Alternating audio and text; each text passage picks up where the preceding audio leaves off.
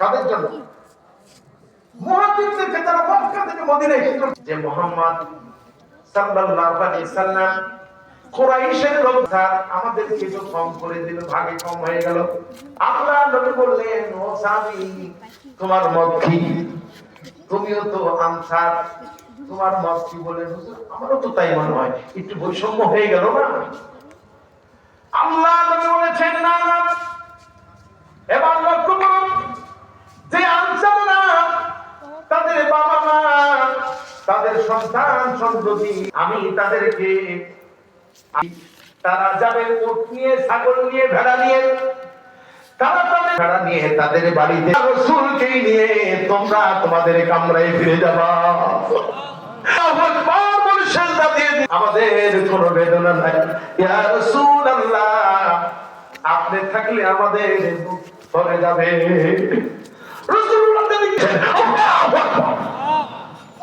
আমার ভাইরা, আল্লাহ নবী বলেছেন, মান আমান হাকামা বিহি আদালা, যে কোরআন দিয়ে বিচার করলো সেই জন্য ন্যায় বিচার কায়েম করেছে। সুবহানাল্লাহ।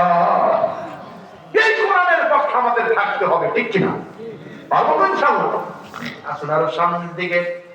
আমান দাআ ইলাইহিম হুদিয়া ইলা সিরাতিল মুস্তাকিম, আল্লাহ নবী বলেছেন, যে ব্যক্তি কোরআন দিয়ে মানুষকে দাওয়াত দেয় সে যেন সরল এবং সঠিক পথের দিকে। ইলাল্লাহি ওয়া আমিলা সালিহান ওয়া ক্বালা ইন্নানি মিনাল মুসলিমিন ওয়া মান আহসানি মিনাল মুসলিমিন।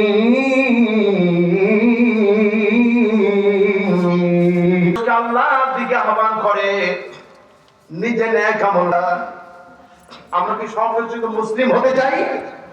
আমরা কি মুসলমান হতে চাই? কারা কারা চাই হাত তুলে আল্লাহকে দেখায় নেই। লিল্লাহি তাকবীর। আল্লাহ কবুল করুন, আমিন। প্রিয় ভাইরা আমার,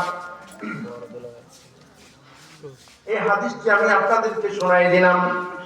এবার আসুন, দুই ব্যক্তির আমল, যাদের আমল আল্লাহর দরবারে কবুল হবে না। কোরআনে কারিমে আল্লাহ পাক এভাবে শুরু করলেন, মা কানা লিল মুশরিকিনা আন ইয়ামুরু খালিদুন। মুশরিকদের জন্য এটা জায়েজ নয়, শোভনীয় নয় যে তারা আল্লাহর ঘর মসজিদে রক্ষণাবেক্ষণ করবে, সভাপতি হবে, মুতওয়াল্লি হবে, সেক্রেটারি হবে, ক্যাশিয়ার হবে। বরং যখন তারা, এই জন্য উচিত নয় যে তারা যখন নিজেরাই নিজেদেরকে কবরের উপরে সাক্ষ্য দেয়। দুইটি অপরাধ